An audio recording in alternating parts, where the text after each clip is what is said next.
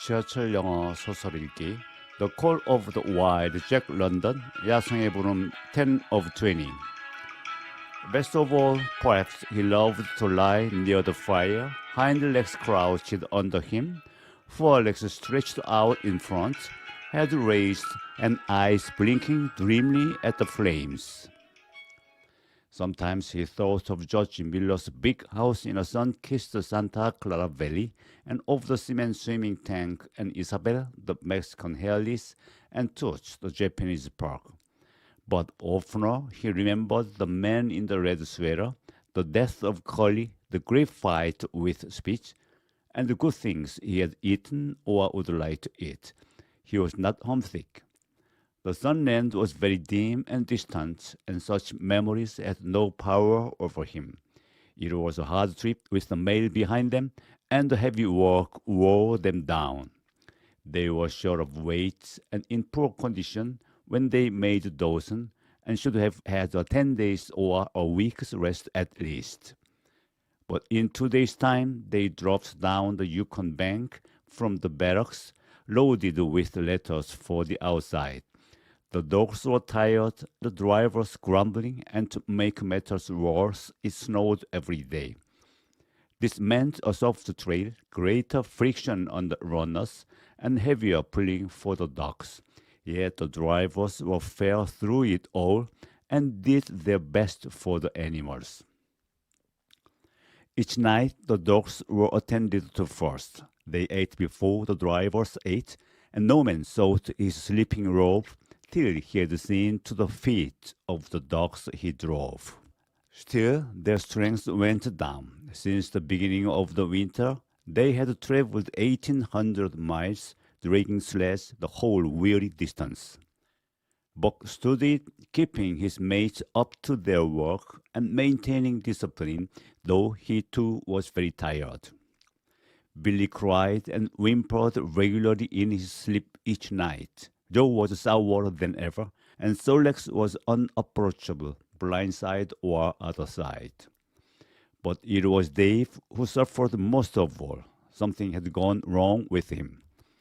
He became more morose and irritable, and when camp was pitched, at once made his nest where his driver fed him. Once out of the harness and down, he did not get on his feet again till harness up time in the morning. Sometimes in the traces, when jerked by a sudden stoppage of the sled, or by straining to start it, he would cry out with pain. Something was wrong inside, but they could locate no broken bones, could not make it out. By the time Cassier Bar was reached, he was so weak that he was falling repeatedly in the traces. The Scotch half-breed called a halt and took him out of the team, making the next dog Solex fast to the sled. His intention was to rest Dave, letting him run free behind the sled. For the pride of trace and trail was his, and, sick unto death, he could not bear that another dog should do his work. He pleaded with his eyes to remain there. The driver was perplexed. His comrades talked of how a dog could break its heart through being denied the work that killed it, and recalled instances they had known where dogs too old for the toil or injured had died because they were cut out of the traces. Also, they held it a mercy, since Dave was to die anyway, that he should die in the traces, hot ease and content. Several times he fell down and was dragged in the traces, and once the sled ran upon him, so that he limped thereafter in one of his hind legs. But he held out till camp was reached, when his driver made a place for him by the fire. Morning found him too weak to travel. At harness up time, he tried to crawl to his driver. By convulsive efforts, he got on his feet, staggered, and fell. His strength left him, and lest his mates saw of him, he lay gasping in the snow and yearning toward them.